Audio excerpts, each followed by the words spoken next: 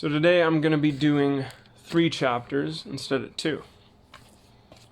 Starting out with chapter 12, High Hopes. Cuphead pulled loose an annoying strip of cloth that, for some reason, was hanging from his straw. "Where are we going?" he asked. "There," said Miss Chalice. She pointed to something in the distance. Cuphead couldn't make out exactly what it was, but it looked like a stretch of railroad track with an angry giant had tied into a sailor's knot. Sorry for stumbling there. "Jeepers, what's that?" he said. When he looked back at Miss Chalice, she was grinning from ear to ear. "That, buddy boy, is the Dizzy Borden," she said excitedly. "The swerviest, curviest, niftiest, swiftiest roller coaster in the whole wide world." Roller coaster? Cuphead gulped. Oh dear. He knew there was something about the carnival he didn't like, but it had gotten lost in all the wonderfulness. Before he could say another word, Miss Chalice grabbed him by the hand and dragged him into the midway. He couldn't believe his eyes. The midway was the heart of the carnival, the section with all the best rides, games, and cuisine on a stick, in every direction. Cuphead saw something that looked like the most fun he'd ever have in his entire life. Well, every direction but one. "There she is," Miss Chalice beamed. "Ain't she a beaut?" Cuphead turned and looked up, and up, and up. From what he could tell, the Dizzy Borden was a twisting, looping torture device created by maniacs who hoped to bring a little more misery into the world. The sight of it made his stomach do somersaults. "You want to go on that?" he asked. A lump as big as an acorn jutted out of his throat. "Well, sure," Miss Chalice said. "Look at it. It's the bee's knees, the ant's pants, the elephant's adenoids. See how high it climbs? We'll be able to see the whole park from up there. Pretty great way to find Mugman, don't you think?" Just then, Cuphead heard a ferocious roar and terrified screams. When he turned around, he got his first up close look at the Dizzy Borden in action. It appeared to be some kind of prison train made up of little carts, where you were strapped in and flung back and forth and upside down at speeds that would peel off your face. None of this sounded helpful. "Well," he said. "What's the matter, Cuphead? You're not scared, are you?" Scared? How dare she ask if he was scared? Cuphead crossed his arms and scrunched his face into a look of defiance. He'd never been so insulted. "Of that? Heck no," he lied. "I've seen baby buggies that move faster." "Then what's the problem?" "Oh, there's no problem. It's just that—" He stalled, trying to come up with an excuse. "Well, the track keeps flipping upside down, and if we're upside down, we'll only see people's feet. You don't expect us to recognize Mugman by his feet, do you?" Miss Chalice thought this over. It didn't sound quite right, but it made sense in a Cuphead kind of way. She tried to hide her disappointment, but not very hard. "I guess not," she muttered. "Oh well, it was just an idea." "And a dilly of an idea," Cuphead assured her. "We just need a different ride, like that one." He pointed to a big, very slow-moving wheel with nice, safe chairs. It looked a lot like sitting on a park bench, but without the thrills. "The Ferris wheel?" Miss Chalice groaned. "Sure, look how high it goes. It's the perfect ride for looking around." Miss Chalice rolled her eyes. Now she'd be stuck on a dull old Ferris wheel and never get to ride the roller coaster. But if they wanted to find Mugman, she supposed it would do. Cuphead gave a sigh of relief. He'd managed to avoid the Dizzy Borden and still kept his reputation as the most courageous boy on the Inkwells. As far as he was concerned, things couldn't have worked out better. "2, please," he told the Ferris wheel operator, and reached into his pocket. That was strange. It felt a lot emptier than it had earlier, but he figured with all the running they were doing, the money was bound to have settled a little. He was about to dig deeper. It was sure to be in there somewhere. When the ride runner cleared his throat, the rude way people do when they're tired of waiting. So he reached into his other pocket. Cuphead always kept a few things in his other pocket so he wouldn't walk lopsided, and pulled out a couple nickels. The next thing he knew, they were on the Ferris wheel, climbing high into the air. "Just look at the view," he said, smiling. "Isn't it swell?" "Whoopee," grumbled Miss Chalice. "Wait till I tell the kids at school." She didn't sound very sincere, but it didn't matter since Cuphead wasn't listening. There was too much to see. As they reached the top of the wheel, he realized he could look over the whole carnival. It really was a sensation. He saw the stilt-a-whirl, where you were spun around by a man on stilts, the hatapult, which catapulted you out of an enormous derby, and the yak-robats, possibly the bendiest yaks ever to put on leotards, and lots of other rides and shows and attractions, and something else. Eureka! He yelled. Miss Chalice got very excited.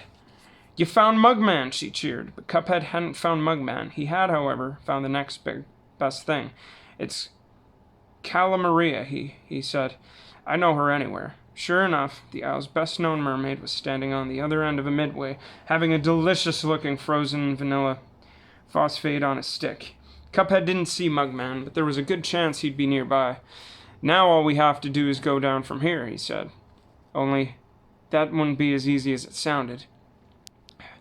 You see, the Ferris wheel operator who normally got riders up into the air and back down again was not at his usual post. Instead, there were 3 replacements. Beppy the Clown, Sally... Clown? Let me rephrase. Beppy the Clown, Sally Stageplay, and Jummy the Great. And those ones? Asked Beppy. That's them. They're the brats who ruined my show, said Sally. Show? Snapped Jimmy. They nearly got me killed. Typical villains, always blaming someone else for their problems. It's true their encounters with Cuphead and Miss Chalice hadn't gone very well. Sally was a patchwork of bandages, Jimmy's arm was in a sling, and Beppy wore an ice pack like a little French hat. Still, only a monster would try to take revenge on 2 helpless children, which, of course, is exactly what they did. Beppy, who, as a clown, understood that timing is everything, waited until Cuphead's chair reached the very top of the Ferris wheel before he calmly extended his hand and pulled a long, rusty lever. The ride stopped. Hey! Yelled Cuphead. What's the big idea? You couldn't blame him for being annoyed. Just when it looked like they might actually track down Mugman, they ended up stuck on a giant wheel of misfortune. Get us moving, will you? He groaned. And in the gravity-deprived seconds that followed, he groaned even more. But then, like ice cracking on a frozen pond, that terrible, twisted smile returned to Beppy's face. Well, you heard the boy, said Jimmy. Get him moving. Nothing else could have pleased the genie more. He stood next to the Ferris wheel and said these words. 1 for the money, 2 for the show, 3 to get ready. Now watch me grow. And grow he did. He grew until he was every bit as tall as the ride, maybe an inch or 2 taller. Grabbing hold of the spokes, he gave the wheel a good hard spin. It whirled like the blades of an electric fan. Cuphead screamed. His stomach was where his eyeballs should be. His eyeballs were where his brain should be, and his brain floated above him like a squishy little cloud. He grabbed the chair and held on for dear life, wondering how he'd ever make this up to Miss Chalice. Whee! She squealed. Now this is more like it. Sally, who never appreciated any performance that wasn't her own, had seen enough. She raised her parasol and poked the giant genie in the ankle. She's enjoying it, you magical meathead. Do something! Jimmy took a deep breath, the kind that made his eyes bulge and his chest puff out like a vacuum cleaner bag. He blew. It hit the ride with the full force of a hurricane, whirling the wheel so fast you could barely see it. This time there was no scream from Cuphead and no squeal from Miss Chalice. There was only the sight of them being flung out of their seat and sent streaking across the sky. Now, if you've ever been thrown from a Ferris wheel and sent sailing halfway across a carnival, you probably think the worst place you could land would be on top of a bear. But you would be wrong. The worst place would be on top of a bear riding a unicycle against a tightrope during an aerial act, which Cuphead discovered completely by accident. On the bright side, the audience seemed to enjoy this new twist on an old standard, and they burst into a wild applause. They grew even louder when a moment later, Miss Chalice landed on Cuphead's shoulders, forming the rarely seen girl-boy-bear triple-decker sandwich on a unicycle. Sorry to drop in on you, she apologized. But the balancing bear had bigger problems. With Miss Chalice's arrival, the tightrope stretched downwards, then sprung back up like an archer's bowstring, sending the little one-wheeled contraption flying into the crowd. Carnival goers leaped out of the way as the teetering trio blazed down the midway. They might have rolled out of the front gate and on parts unknown if they had not first run into the strongman, who was lifting heavy-looking dumbbells, and then into an unfortunately placed cotton candy cart. Even so, they continued for a good distance, but a pink gooey ball of fluff containing a bear, two hitchhikers, and a strong man could only roll so far, and they crashed with a splat and a thud and an oof into the aisle. Into the aisle. When Cuphead looked up, he saw a pair of sparkling eyes looking down on him. It was Calamaria. Sorry about the stumbles there in that first chapter. That wasn't very good. I'm going to try better for the next two, though. Thank you. On to chapter 13. Just plain humiliating.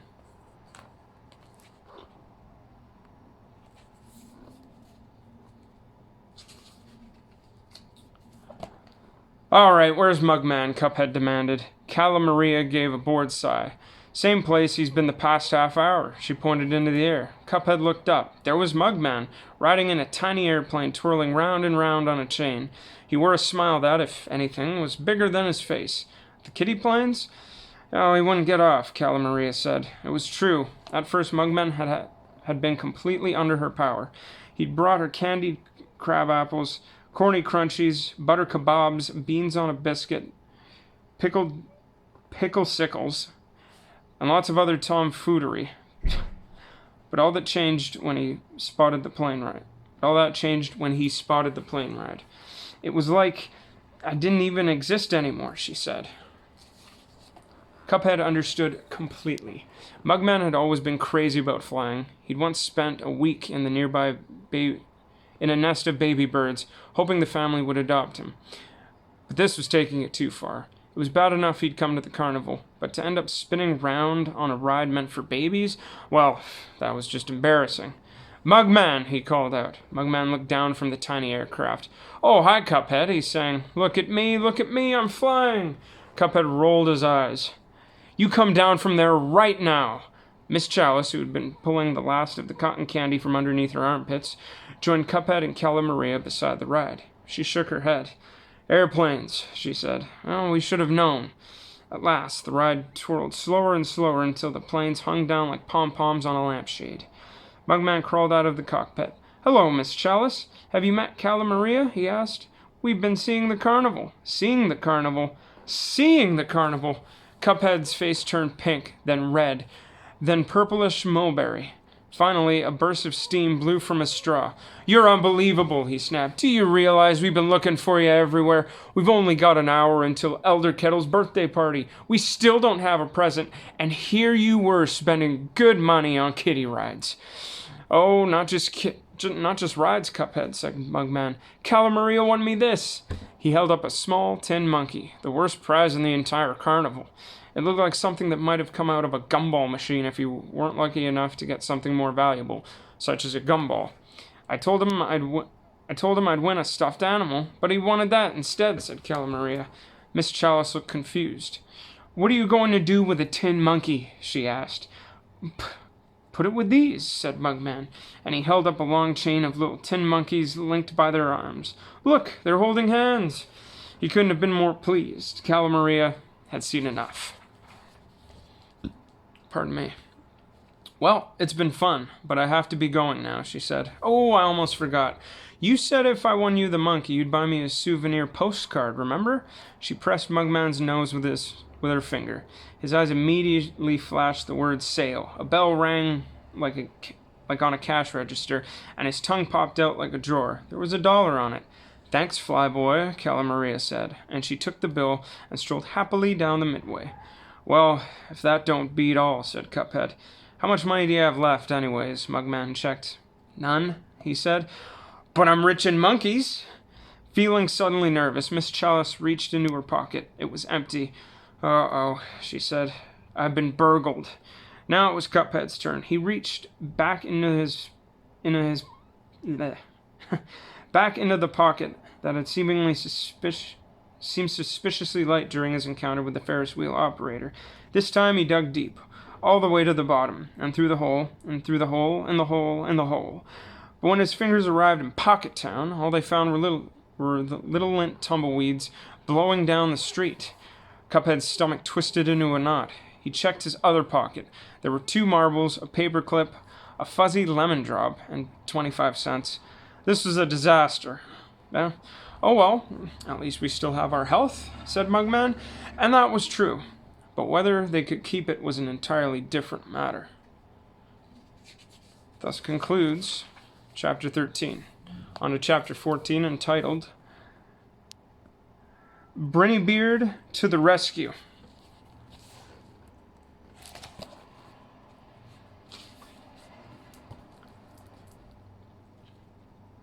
Cuphead, Mugman, and Miss Chalice took a slow, sad walk down the midway.